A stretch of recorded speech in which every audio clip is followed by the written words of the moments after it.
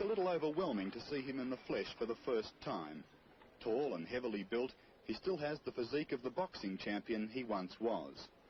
In any public gathering, he's head and shoulders above the crowd, and if that isn't enough to make him stand out, his reputation certainly is. The man who expelled 40,000 Asians from Uganda. The man who said Hitler was right when he murdered 6 million Jews. The man who is said to have liquidated up to 250,000 of his own people. The author of outrageous telegrams to political leaders throughout the world. His Excellency, Field Marshal Dr. Idi Amin Dada, VC, DSO, MC, possessor of almighty power and knowledge, lord of the clans and the land, the father of all twins, the cook with all the firewood, the lord of the shield and spears, the Queen Termite, the President of the Second Republic of Uganda. With respect, sir, I ask this question, do you think you're a tough man? Yes, I am. I am very tough, yes. And I will never give up. If I wanted to do something, I will never change my mind. Is that a good or a bad thing in a political leader, toughness? Toughness is good because the people respect you, and tough man is a quality which you can find for the high command, because when he gives order, they know that that order is given by the strong man and must be obeyed. It is very important.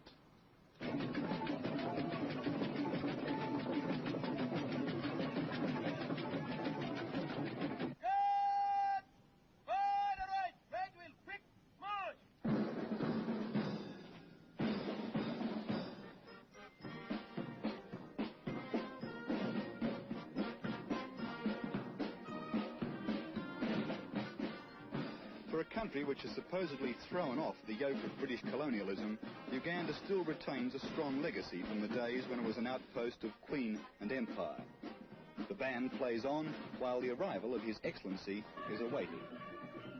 Idi Amin loves public ceremonies, especially when he's the centre of attention. And in Uganda, that's all the time.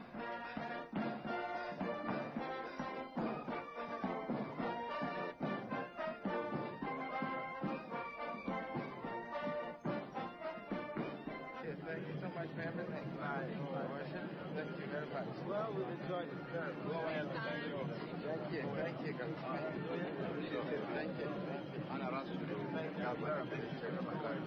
An Amin's speech is almost a self-parody. Sometimes he genuinely means to be humorous, and he can count on getting a good laugh from his admiring, not to say overawed audience. But at other times, the humour is unintentional. Here at a clothing factory, part owned by Japanese interests, the Field Marshal was obviously trying to be nice to his international guests. I am always speaking the truth and the frank, and I have been in Japan during the Second World War myself, and I know Japanese members of the armed forces and the Japanese themselves are one of the best fighters in all types of war. If you want a suicide pilots, you will get from Japan. If you want really jungle warfare or guerrilla warfare, Japanese are the best, because I have seen this. But now, since 1972, from 73 we put up a trousers plant, which was not there before. Now factoring is fully. So, Your Excellency. This clothing factory is one of the biggest industries in Kampala. Amin has made it clear that he welcomes overseas investment within certain guidelines, and the Japanese investors in this company have good reason to thank him. Since the departure of the Asians, with their stranglehold over distribution throughout Uganda, the company's profits have soared. Amin chalks it up as a significant victory in what he calls the economic war, which he began with the expulsion of the Asians. In Kampala, tall modern buildings and a boom in the construction industry are signs that the Ugandan economy is far from collapse. But the buildings are financed by international aid, much of it from Arab countries, and the external appearance of the city hides some serious economic problems in day-to-day life. Despite some press reports to the contrary, this is not a city or a country that's falling apart at the seams economically. In the streets of Kampala, the cars are modern and kept in reasonably good condition. And the shops, too, once the economic stronghold of the Asians, seem to be reasonably well stocked and well run. Of course, that's not to deny that there are serious shortages here from time to time. Salt and sugar can be enormously hard to get, and we've found it very hard to get a beer in our hotel from time to time. But there's no poverty here. You won't see any beggars in the streets.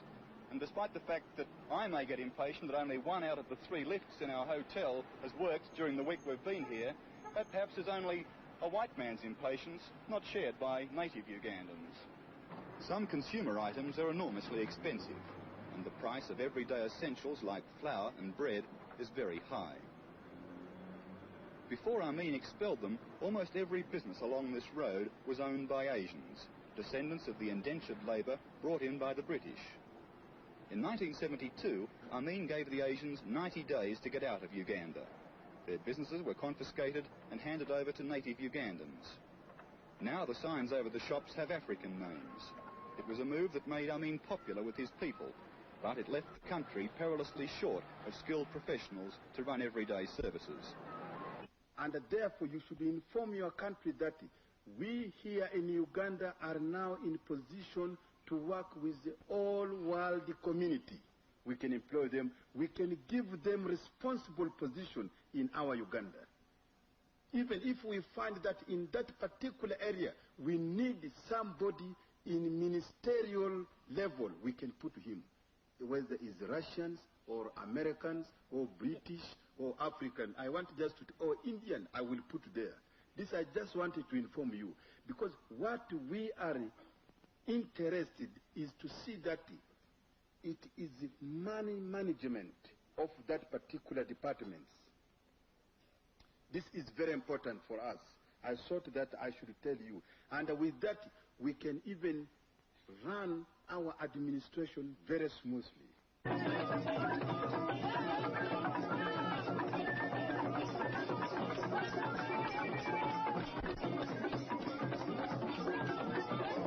There's no doubt that whatever the rest of the world thinks about him, Idi Amin is popular with black Africans.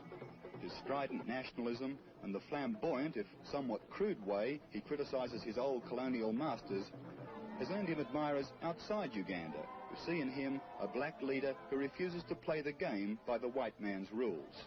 And if that means that Uganda has to go without some of the benefits of the white man's society, that's all right too.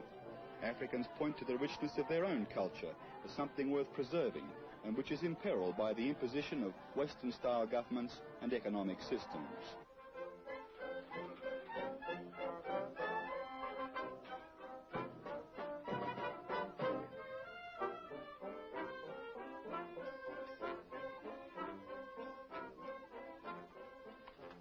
If this is the man who's responsible for the death of nearly 250,000 of his people in a bloody reign of terror, it was impossible to see that reflected in the faces of the people who came out to see him.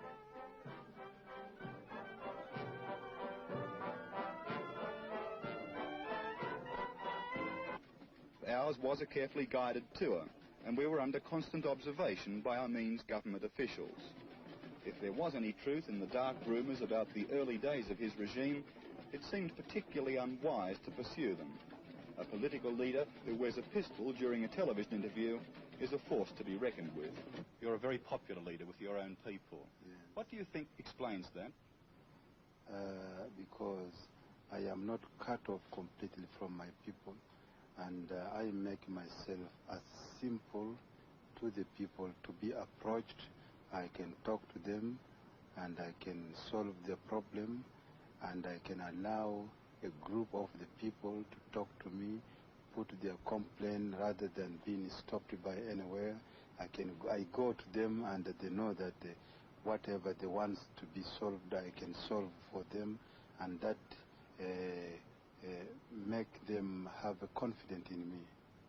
Do you maintain still a non-aligned status in world powers? Do you have a favourite, as say Russia versus America? That is their own internal problems between Russia and America. I don't want it to interfere there, because what I want from Russia should not be stopped by Russian, by American, and also I can buy anything. As I was saying here, that I have in my Air Force, I have American, I have Russian, I have also Chinese in the government. They used to train my army, and now we have Chinese, Ugandan instructors. And I am non-aligned. I am also free. Uganda is a free country. It can work with any country which it wants to work with. It seems that you've been very shrewd then in the world of international politics. You've kept this position to Uganda's advantage. It is true. And we are in a better position today in Uganda. See, when I started, it was very difficult, but now we are in better position than any country today in Africa. To outsiders, it seems that there are still big differences between members of the OAU. Do you see those differences being healed as time goes on? Every country, sovereign state, has got the right to say and to take a decision on which he thinks is good. And I think Africa is united even than ever before. And I'm very happy to see that you should say what you think it is right. You shouldn't be stopped to say. And this is what Africa is today. And I'm very happy about it. It is not divided. Africa is united. And you find some leaders, because I did not recognize the MPLA, they say I should resign from the chairmanship. But they are my best friend, you see. And after explaining to them my position, they are very friendly. It seems a pity, sir, though, that when a country becomes independent, like Angola, that there is no unity of brothers, as it were, that a group of people who want independence can't agree on a principle and a philosophy. It is true, and that is because might be some independent, some of the liberation movement, they have been getting assistance from different country with different political ideology. That is the reason of this. But we are trying our best as chairman, myself, OAU, to bring them together. You were quoted as saying once that Hitler was right when he murdered 6 million Jews. That was a story that was put out anyway. Might be Hitler was against Zionists. But you're not opposed to Jews personally. I am not against Jews completely. See, I am a friend of Jews, but I am against Zionist policy of expansioning the Arab lands and also kicking away the Palestinians. They must do everything possible to return the Palestinians back to Palestine and form a government of the national unity between the Arabs and the Jews together. This was my main aim. Excellency, it seems that without doubt you must be the best known of the African leaders. And I think one of the things that has made that possible, quite apart from your chairmanship of the OAU, has been telegrams you've sent to leaders throughout the world. With respect, sir, sometimes it seems you're almost a mischief maker with some of these telegrams. Is that part of your makeup? But my telegram, it is based on the truth, because I don't want any leader or any country making mistake in the world. Therefore, it is my intention to correct that leader of that country. Do you think they've been... That is the reason why sending that telegram. You mean President Nixon telegram?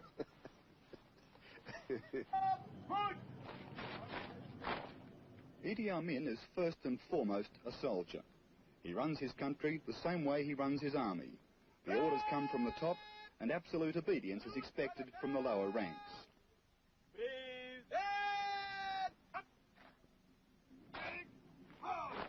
It's very hard to get details about the size and strength of the Ugandan military establishment. In recent years, the Russians are believed to have supplied 60 helicopters, but President Amin seems to get military supplies from everywhere. He told Four Corners that he'd bought rifles from Australia, and we noticed an American crew in one of the Air Force planes we travelled in.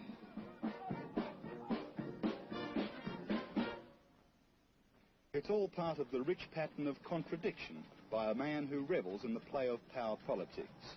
If he can play the big powers off against each other, so much the better for Uganda, he reckons. Idi Amin says he believes passionately in not interfering in the affairs of other countries. At the same time, he says that Rhodesia and South Africa can be liberated only by armed struggle. It would be wrong to underestimate Field Marshal Idi Amin Dada as a simpleton who should never have been promoted above the rank of sergeant. Delusions of grandeur he may have, but in the confused world of African politics, Amin is a shrewd tactician. No one who gets to know him could doubt his personal honesty or sincerity. Indeed, he's almost childlike in his devotion to high moral principles. It's just that he tolerates no opposition, and that's a frightening combination in a man who sees life in simple terms.